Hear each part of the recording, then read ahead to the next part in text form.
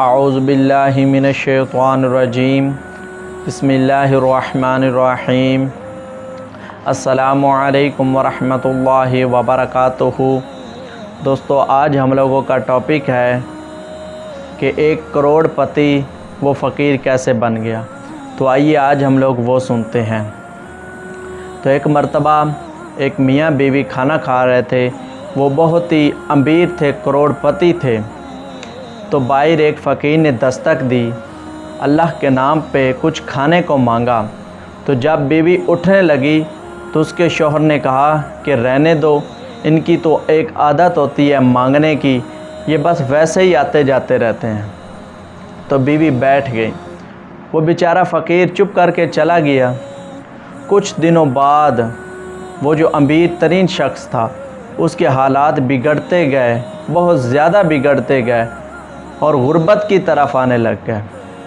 حالانکہ اتنے بگڑ گئے کہ اس نے جو گھر کے برتن تھے وہ تک بیچ ڈالے، اور آخر میں اپنے بیوی کو کہنے لگا کہ تم اس طرح کرو، میں اب اتنا کنگال ہو گیا ہوں، اتنا غریب ہو گیا ہوں کہ تمہارا خرچہ میں نہیں اٹھا سکتا، تم کسی اور سے شادی کر لو۔ تو بیوی نے اسی طرح کیا، بیوی کسی اور کے ساتھ اس نے شادی کر لی اور اپنی ہنسی خوشی زندگی گزارنے لگی۔ تو کچھ عرصے بعد وہی بیوی اپنے دوسرے شوہر کے ساتھ کھانا کھا رہی تھی۔ اسی طرح ہوا کہ ایک فقیر نے دستک دی، تو بیوی اٹھ کے اس فقیر کو دیکھنے گئی۔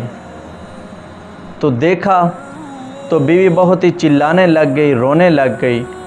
وہ شوہر کہنے لگا کہ کیا ہوا، کہ تم کو کوئی فقیر نے کچھ کہا، کوئی بات کی، کیوں رونے لگ گئی ہو؟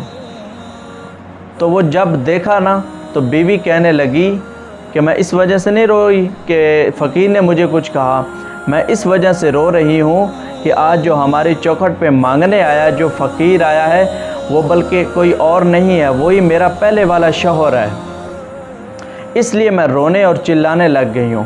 تو وہ شوہر اٹھ کے آیا اور وہ کہنے لگا کہ تم کو پتہ ہے کہ میں کون ہوں؟ بیوی کہنے لگی کہ نہیں، مجھے نہیں پتہ کہ تم کون ہو۔ تو اس شوہر نے بتایا کہ میں وہی فقیر ہوں جو کچھ عرصے پہلے میں آپ لوگوں کے گھر کے دروازے کے سامنے اللہ کے نام پہ کھانے کے لیے مانگنے آیا تھا۔ تو دوستو دیکھیے کہ اللہ تبارک و تعالی کس طرح بندے کے ساتھ اپنا حساب و کتاب لیتا ہے۔ تو دوستو میری گزارش یہ ہے کہ بعض دفعہ لوگ اسی طرح کرتے ہیں غریبوں کے ساتھ اور فقیروں کے ساتھ۔